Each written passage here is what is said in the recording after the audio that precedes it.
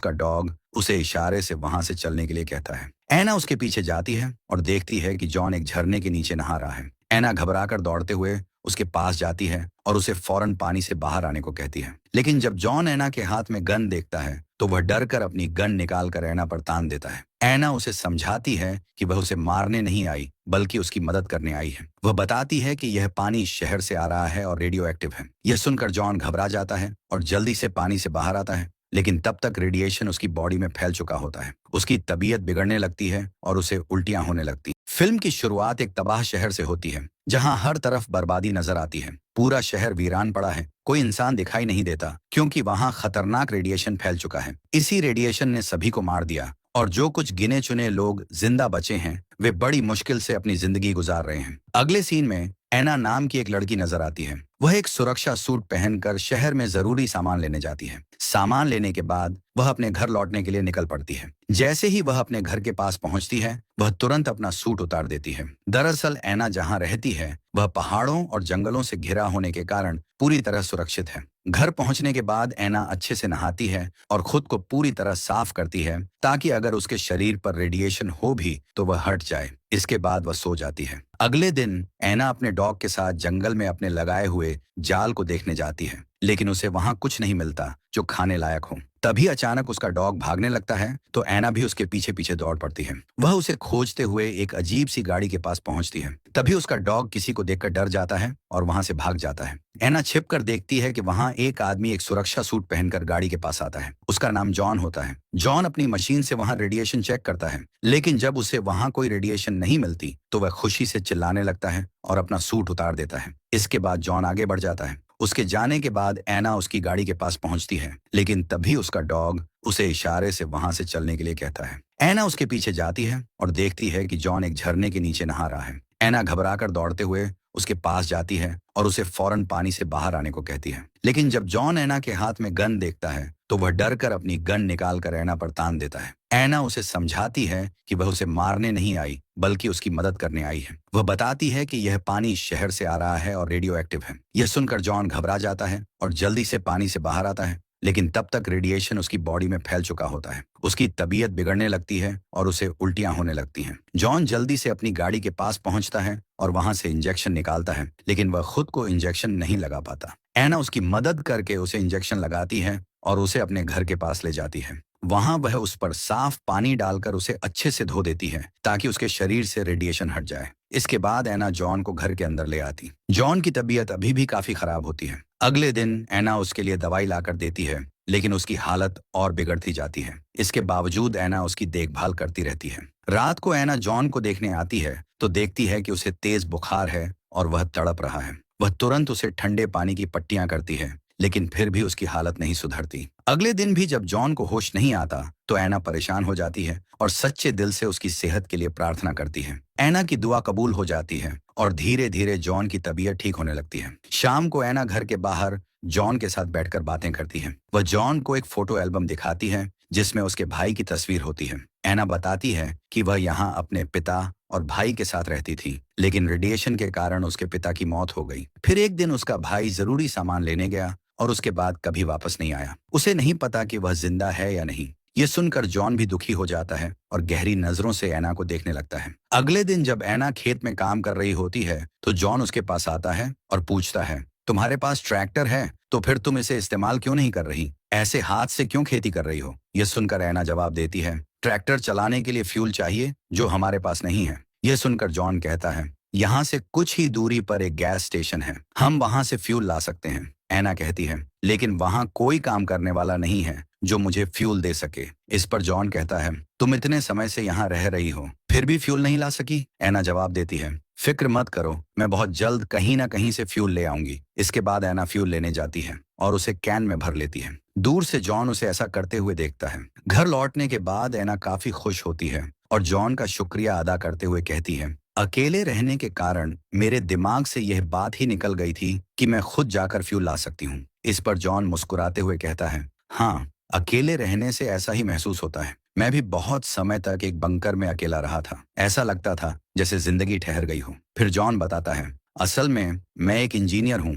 मैंने तय कर लिया था कि चाहे कुछ भी हो जाए मैं बंकर से बाहर निकलूंगा और आजाद जिंदगी जीऊंगा। इसलिए मैंने अपने लिए वह अजीब सी गाड़ी और सुरक्षा सूट खुद ही बनाया ताकि मैं बाहर जा सकूं। अगले दिन ऐना मछली पकड़ रही होती है और एक मछली पकड़ भी लेती है। बाद में वह उसे पकाकर जॉन के साथ खाती है और दोनों मिलकर खाना एंजॉय करते हैं। खाने के दौरान ऐना जॉन को बताती है, पहले मेरे पास जनरेटर था लेकिन अब वो खराब हो चुका है और काम नहीं करता। ये सुनते ही जॉन तुरंत जनरेटर चेक करने जाता है और उसे ठीक करने की कोशिश करता है लेकिन सफल नहीं होता। फिर वह ऐना के साथ वाटरफॉल के पास जाता है जहां उसके दिमाग में एक आइडिया आता है।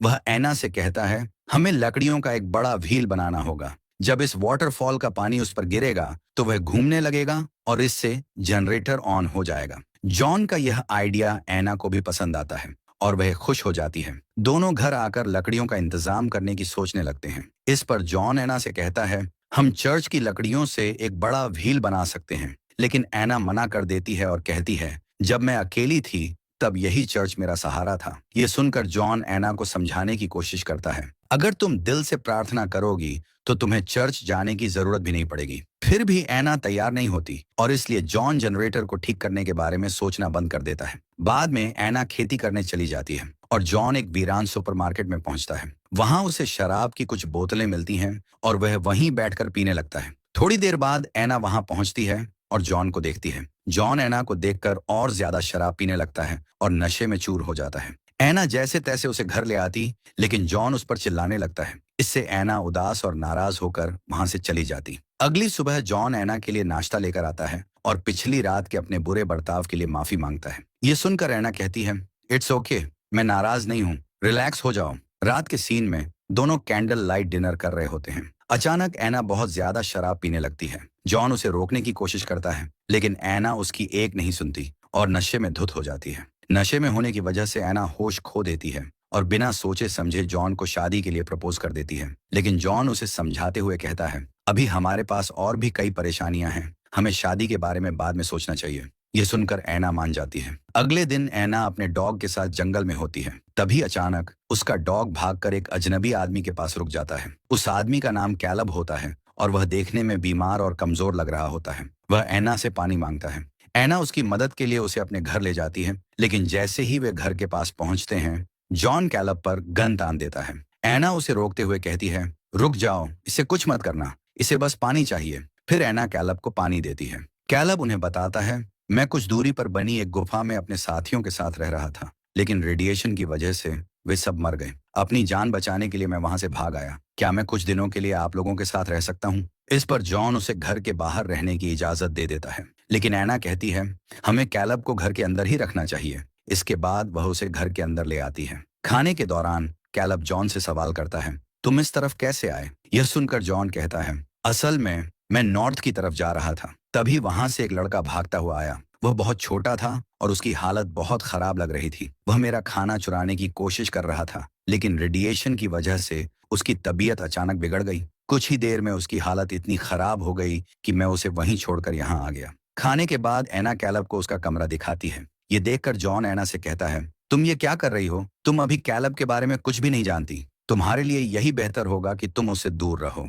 ये सुनकर ऐना नाराज होकर कहती है, तुम मुझ पर शक कर रहे हो जॉन? और हाँ, तुमने मुझे उस लड़के के बारे में पहले क्यों नहीं बताया, वह जो रेडिएशन से इफेक्टेड था, जिसे तुम अकेला छोड़कर यहाँ तक आ गए? जॉन धीरे से कहता है, ऐना, मैं तुम्हें बताना चाहता था लेकिन मेरी हिम्मत नहीं हुई। मुझे लगा शायद तुम यह बात सहन नहीं कर पाओगी। ऐना उदास होकर कहती है, मैंने अपने पिता को खो दिया और मेरा भाई भी गायब हो गया। इतने बड़े नुकसान ने मुझे मजबूत बना दिया है। मैं सुन सकती थी जॉन। ऐना की यह बात सुनकर जॉन भारी मन से सच बताता है, वह लड़का कोई और नहीं बल्कि तुम्हारा भाई ही था और मैंने उसे गोली मार दी। यह सुनते ही ऐना अंदर से टूट जाती है और रोने लगती है। जॉन उससे माफी मांगता है लेकिन इस बार भी ऐना उसे माफ कर देती है। अगले दिन जॉन कैलब के साथ जंगल में शिकार करने जाता है। वहां वे एक शुतुरमुर्ग का शिकार करके उसे घर ले आते हैं। रात में वे शुतुरमुर्ग का मांस पकाकर डिनर करते हैं। इसी दौरान वे फिर से व्हील को बनाने की बात करने लगते हैं। कैलब जॉन से कहता है, व्हील बनाने के लिए हमें चर्च को नहीं तोड़ना चाहिए।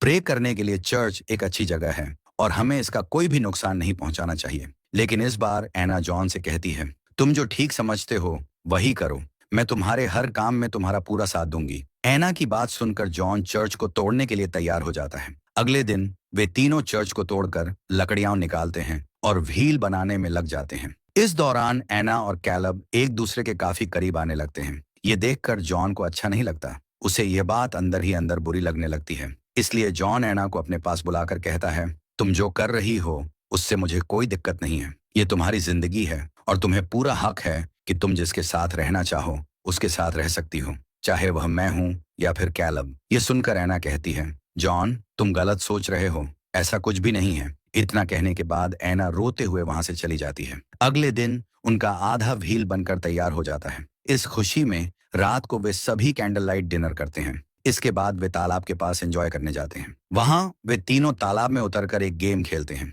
इसमें कैलब एक बोतल को पानी में नीचे फेंक देता है और अब एना और जॉन को बारी बारी से उसे ढूंढना होगा। पहले जॉन जाता है लेकिन उसे बोतल नहीं मिलती। इसके बाद एना पानी में उतरती है और थोड़ी देर बाद बाहर आकर कहती है, मुझे बोतल मिल गई थी लेकिन वो मेरे हाथ से छूट गई। एना की इस बात पर कैलब को यकीन नहीं होता, इसलिए वह खुद एना के साथ बोतल को चेक करने के लिए पानी में उतर जाता है। ये देखकर जॉन को अंदर ही अंदर बुरा लगता है। जब एना और कैलब पानी से बाहर आते हैं तो जॉन अचानक एना से कहता है, अब मैं शादी के लिए तैयार हूँ, हमें शादी कर लेनी चाहिए। इसके बाद वे दोनों डिस्कशन करने के लिए कमरे में चले जाते हैं, लेकिन शराब पीने की वजह से जॉन बहुत ज्यादा नशे में हो जाता है और वहीं सो जाता है। ये देखकर एना को बिल्कुल भी अच्छा नहीं लगता, इसलिए वह कैलब के पास चली जाती है और उसके साथ टाइम गुजारने लगती है। अगली सुबह नाश्ते की टेबल पर एना बैठी होती है, तभी कैलब आकर उसके पास बैठ जाता है। जॉन यह देखकर फिर से अजीब महसूस करता है, लेकिन इस बार उसे कुछ गड़बड़ लगती है। हालांकि एना ज्यादा देर वहां नहीं रुकती और खुद ही वहां से चली जाती है। इसके बाद जॉन और कैलब व्हील के आखिरी काम को पूरा करने के लिए निकलते हैं। जॉन कैलब से कहता है, तुम्हारे आने से मैं और एना पहले से ज्यादा करीब आ गए हैं, तुम्हारा बहुत बहुत शुक्रिया। यह सुनकर कैलब हंसते हुए जवाब देता है, जॉन तुमसे झूठ बोला नहीं जाता और जब तुम झूठ बोलते हो तो पकड़े जाते हो। सच तो यह है कि तुम चाहते थे कि मैं यहाँ कभी आता ही ना। यह सुनकर जॉन कोई जवाब नहीं देता। अब वे दोनों व्हील बनाने का आखिरी काम पूरा करते हैं और आखिरकार व्हील पूरी तरह तैयार हो जाता है। अपनी मेहनत को पूरा होते देखकर दोनों बहुत खुश होते हैं, लेकिन तभी कैलब सूट पहनकर रस्सी के सहारे ऊपर आ रहा होता है। तभी उसका पैर फिसल जाता है। जॉन फौरन रस्सी पकड़कर उसे बचा लेता है, पर जब कैलब दोबारा फिसलता है तो दोनों एक दूसरे की आंखों में देखते हैं। इस बार कैलब जॉन की आंखों में अपने लिए नफरत देखता है। वह समझ जाता है कि इस बार जॉन उसे बचाने वाला नहीं है, जिसके बाद ये सीन कट होता है। अब इसके बाद जॉन अकेले घर लौटता है। घर पहुंचने पर एना उसके सामने एक सच कबूल करती है। वह कहती है, कल रात मुझसे बहुत बड़ी गलती हो गई। मैं नशे में थी, मुझे कुछ होश नहीं था और इसी वजह से मैंने कैलब के साथ वक्त बिताया। प्लीज मुझे माफ कर दो।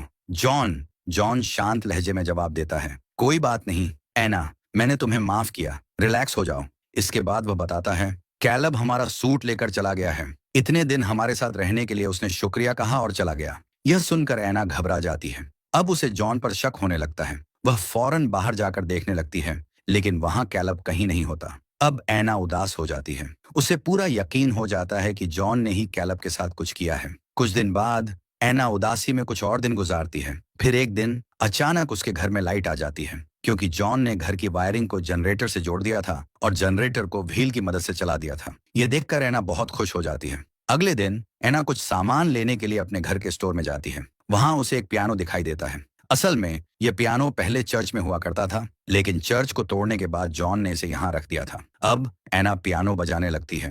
तभी जॉन भी वहां आ जाता है, लेकिन इस बार एना जिस नजर से जॉन को देख रही होती है, उससे साफ पता चलता है कि उसे सब कुछ समझ आ गया है। यानी अब उसे यकीन हो चुका है कि जॉन ने ही कैलब को मारा है। अब एना का जॉन पर से भरोसा भी पूरी तरह खत्म हो चुका है। इसी दुख में एना उदास होकर पियानो बजाने लगती है। जॉन चुपचाप वहीं खड़ा एना की इस दर्द भरी धुन को सुनता रहता है और इसी सीन के साथ फिल्म खत्म हो जाती है।